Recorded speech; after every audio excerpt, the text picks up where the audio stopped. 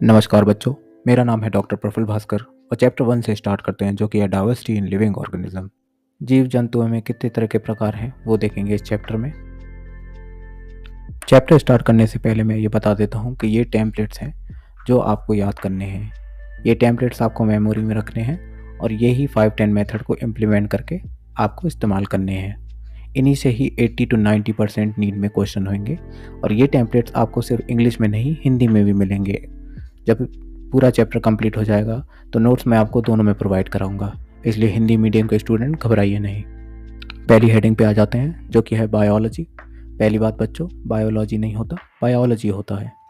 जितनी भी हेडिंग और टर्म्स होंगी उनको सही से प्रोनाउंस करेंगे, ठीक है। Biology is the science of life forms and living process. इसका क्या मतलब है? जीव विज्ञान एक ऐसा विज्ञान है जो जीव जंतुओं और उनके अंदर हो रही जीवित चीज़ों के बारे में बताता है। दूसरी हेडिंग है लाइफ, जो कि है जीवन। कैरेक्टरिस्टिक्स ऑफ लिविंग बींग्स, क्या चीज़ें हैं जिससे हम कह सकते हैं कि लिविंग बींग कोई चीज़ है, मतलब वो जिंदा है। देखते हैं क्या है वो। Highly organise cellular structure, consciousness, growth and development, reproduction, hereditary, metabolism and energy requirement.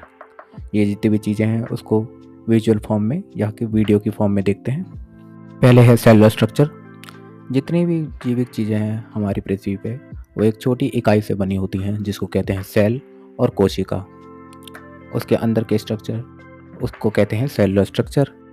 चाहे एक कोशिका से बनी हो या एक से अधिक कोशिका से बनी हो, सेल का होना कंपलसरी है लाइफ के लिए। उसके बाद है कॉन्शियसनेस, जिसे चेतना भी कहते हैं। अपने सराउंडिंग आसपास की चीज़ों को जानना और उसके तहत अपने आप को रिएक्ट करना और अपने आप को चेंज करना, वो एक कॉन्शियसनेस का पार्ट है। चाहे आप एक सेल से बने हों या मल्टी सेलुलर एक से अधिक सेल से बने हों, कॉन्शियसनेस होना ज़रूरी है। सिर्फ और सिर्फ हम ह्यूमंस ही हैं जो सेल कॉन्शियस हैं, मतलब अपने आप को पहचानते हैं। बाकी कोई भी एनिमल ऐसा नहीं है जो कि सेल कॉन्शियस हो। उसके बाद है ग्रोथ और डेवलपमेंट, जो कि है किसी भी चीज़ का बनना और किसी भी चीज़ का बड़ा होना।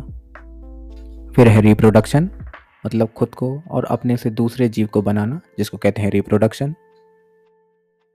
इसके बाद है हेरिडिटरी, जिसका मतलब है आपके परदादा, दादा, आपके माँ बाप और आप, एक पीढ़ी से जो चली आ रही चीज़, जिसको कहते हैं हेरिडिटरी। इसके बाद है मेटाबॉलिज्म, मतलब कितनी भी केमिकल या रासायनिक चीज़ें आपके अंदर हो रही हैं वो कितनी तेज से हो रही हैं, उसको कहते हैं मेटाबॉलिज्म। उसके बाद है एनर्जी रिक्वायरमेंट, किसी जीव को कितनी ऊर्जा और एनर्जी की ज़रूरत है, उसे कहते हैं एनर्जी रिक्वायरमेंट। उसके बाद नेक्स्ट पॉइंट पे आ जाते हैं जो कि है increase in mass and increase in number of individuals are twin characteristics of growth. इसका क्या मतलब है? मास में बढ़ना, जबकि साइज में बढ़ना है, और नंबर में बढ़ना मतलब एक से अधिक होना, ये किसी भी चीज़ के लिए या किसी भी जीव के लिए दो कारण है उसकी ग्रोथ के। ये नीट में आया हुआ क्वेश्चन है, इसलिए वेरी इंपॉर्टेंट है। अब कुछ एग्जाम्पल देखते हैं रिप्रोडक्शन के। पहले ऑर्गेनिज्म पे आ जाते हैं जो कि है प्लेनेरिया, जो होता है ट्रू जनरेशन से। फिर वो है सेक्सुअल स्पोर्स से, जिससे होती है फंगाई और प्लांट्स। बडिंग, जिससे होती है ईस्ट और हाइड्रा। फ्रेगमेंटेशन, फंजाई और फिलामेंटस एल्गी। और प्रोटोनोमॉर्फोसिस। ये जितने भी ऑर्गेनिज्म हैं इसको वीडियो या इमेज के फॉर्म में देखते हैं। एग्जाम्पल से घबराइए भी नहीं, जितने भी ऑर्गेनिज्म के एग्जाम्पल होंगे उनके सब में वीडियो और इमेजेस दिखाऊंगा आपको।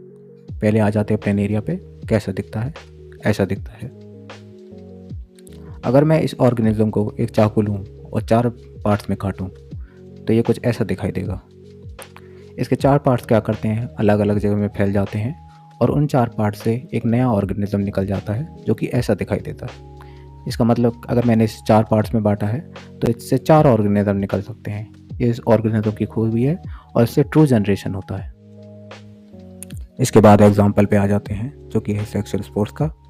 अगर आपने बरसात में कभी भी ब्रेड बाहर रखी होगी तो आपने देखा होगा उस पर एक ग्रीन लेयर लग जाती है, ग्रीन और ब्लू लेयर। वो बेसिकली फंगस की लेयर होती है। अगर मैं एक माइक्रोस्कोप लूँ और ब्रेड को रखूँ और उसको अगर मैं माइक्रोस्कोप पे देखूँ तो वो कुछ ऐसा दिखाई देगा। उसके बाद अगर मैं माइक्रोस्कोप का और जूम बढ़ाऊँगा तो वो ऐसा दिखाई देगा। अगर आप देखेंगे ब्रेड पे थोड़े थोड़े आपको दिख रहे होंगे छोटे छोटे से ब्लैक स्पॉट हैं, ये बेसिकली स्पोर हैं। इन्हीं से ही अगर ये दूसरे ब्रेड पे लगेंगे तो एक नया फंगस का ऑर्गेनिज्म वहाँ से प्रोड्यूस हो जाएगा और इसी प्रोड्यूसन को कहते हैं एसेक्सुअल स्पोर्स, मतलब स्पोर्ट से प्रोड्यूस होना और एक ही जीव को बनाना, वो कि एसेक्सुअल है। इसके बाद एग्जाम्पल को देखते हैं जो कि है बडिंग का, जो कि दिखाता है हाइड्रा कैसा दिखता है। देखते हैं ऑर्गेनिज्म को। यह ऑर्गेनिज्म की क्या खूबी है, ये बडिंग से होता है। अब बडिंग क्या होता है, एक स्मॉल पार्ट इस ऑर्गेनिज्म का निकलता है और वो पार्ट बाद में जाके धीरे धीरे इससे डिटैच हो जाता है, उससे छूट जाता है और उससे एक नया हाइड्रा का ऑर्गेनिज्म बन जाता है। इस प्रोसेस को कहते हैं बडिंग। इसके बाद है एग्जाम्पल फ्रेगमेंटेशन का, जो कि है प्रोटोनोमोसिस। देखते हैं क्या होता है। अगर आप कभी जंगल में गए हो या किसी भी पथरीले इलाके में, तो आपने देखा होगा पेड़ या पत्थर के ऊपर एक ग्रीन सी लेयर होती है। वो बेसिकली एक प्लांट ही होता है जिसको कहते हैं मोसिस। ठीक है, वो एक पौधा ही है जिसका नाम होता है मोसिस। अगर मैं उसको जूम करके देखूँ किसी भी माइक्रोस्कोप में तो वो ऐसा दिखाई देगा। अब इसमें प्रोटोनोमा क्या है, प्रोटोनोमा बेसिकली वो पार्ट है उसका जो बिल्कुल उसकी टिप पे होगा। अगर इस टिप को लूँगा मैं और कहीं उस टिप को बाद में जाके किसी दूसरे पत्थर पे या किसी दूसरे उस पे ट्री पे रख दूँगा, तो वहाँ से दूसरे मोसिस के प्लांट स्टार्ट हो जाएगा। इसलिए इसे फ्रेगमेंटेशन कहते हैं, मतलब किसी पार्ट से दूसरे पार्ट का ऑर्गेनिज्म का पूरा बनना, वो क्या है फ्रेगमेंटेशन। देखिए इस डायग्राम में पूरा सही से दिखाया हुआ है कैसे बनता है। एक छोटा पार्ट लिया, फिर वो उससे निकला, फिर और बड़ा निकला और उससे पूरा ऑर्गेनिज्म बन गया। एक और एग्जांपल देखें हैं फ्रेगमेंटेशन का, जो कि है फिलामेंटस एल्गी। क्या होता है ये? एल्गी तो बेसिकली एक यूनिसेलुलर ऑर्गेनिज्म है, मतलब एक ही कोशिका से बना हुआ जीव है जो कि प्लांट और पौधा ही होता है।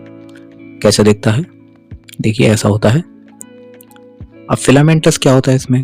फिलामेंटस क्या होता है, जब ये यूनिसेलुलर जीव, एक कोशिका से बना हुआ जीव, एक दूसरे से मिलने लगते हैं, मतलब एक एल्गी दूसरी एल्गी से मिलती है और फिर 4-5 एल्गी और मिलती हैं और एक चेन सी बनाने लगती हैं। चेन या धागे जैसी लंबी पतली चेन बनाने लगती हैं और उसको ही बाद में और चेनें बनने लगती हैं और चेनें बनने लगती हैं और वो क्या होता है, बहुत बड़ी बड़ी चेनें बनने लगती हैं और वो गुच्छों के समान में हो जाती हैं और उसी चीज को कहते हैं फिलामेंटस एल्गी। ये देखिए चेन बनी हुई है इसमें। जब ये बहुत सारी चेनें बन जाती हैं तो एक गुच्छा सा बन जाता है, वही फिलामेंटस है। या अगर आपने किसी गांव में गए हों या गंदे तालाब को देखा हो तो आपने देखा होगा उस पर काई सी लगी होती है, वो यही होती है फिलामेंटस एल्गी। ठीक है बच्चों, आज का डेमो लेक्चर खत्म होता है। अब देखिए 5-10 मेथड क्या है मैं बता देता हूँ। जैसे कि ये 5 मिनट्स की आपने वीडियो देख ली, तो इसके बाद आपको क्या करना है, आपको 30 डीप ब्रेथ लेनी है। 30 डीप ब्रेथ का मतलब 30 आपको गहरी सांसें लेनी है, नाक से लेनी है और मुंह से छोड़नी है। जब आप 30 सांस ले लेंगे फिर उसके बाद आप 10 मिनट के लिए एक कॉपी उठाइएगा और फिर उस कॉपी में जितना भी आपको दिमाग में याद है चीज़ें वो लिखिए, चाहे गलत हो सही हो उसको लिखिए, जितने भी पॉइंट्स हो गए होंगे उसको लिखिए। इसमें कितने टेम्पलेट्स हैं मैं आपको रिकॉल करा देता हूँ। और हमने कहाँ से स्टार्ट किया था? हमने स्टार्ट किया था बायोलॉजी से और बायोलॉजी की डेफिनेशन से देखा था, जो कि है biology is the science of life forms and living process. आप लिखेंगे उसमें क्या बायोलॉजी क्या थी, चाहे आप हिंदी में लिखिए या इंग्लिश में लिखिए, कोई फर्क नहीं पड़ता।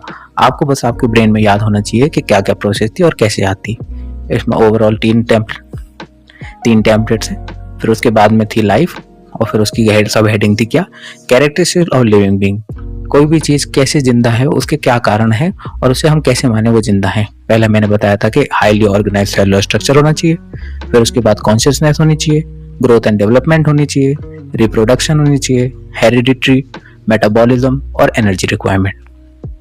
इसके बाद हमने क्या देखा था, इसके बाद हमने एक सब हेडिंग और देखी थी जो कि बहुत ही मेन पॉइंट था, increase in mass and increase in number of individual are twin characteristics of growth.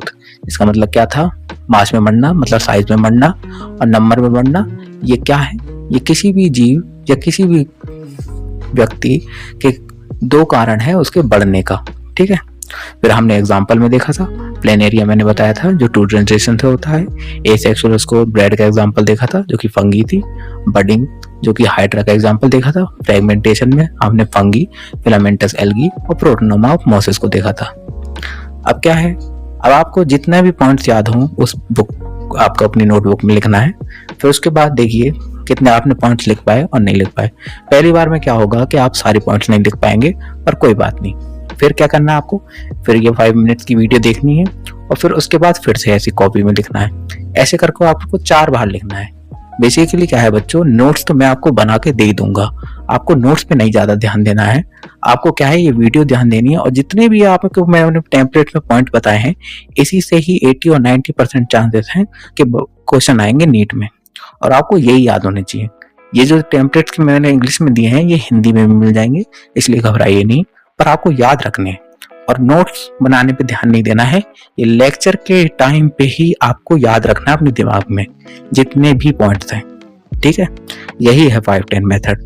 ऐसे आपको डेली तीनों सब्जेक्ट के 5 मिनट्स की वीडियो मिलेंगी, और आपको शुरू में 1 वीक में थोड़ा सा प्रॉब्लम होगी, पर जैसे 1 वीक हो जाएगा तो आपको उसकी आदत हो जाएगी, और आप सिर्फ और सिर्फ 3 घंटे में ही पूरा का पूरा पढ़ने लगेंगे और पूरी तरीके से चीजों को याद करने लगेंगे।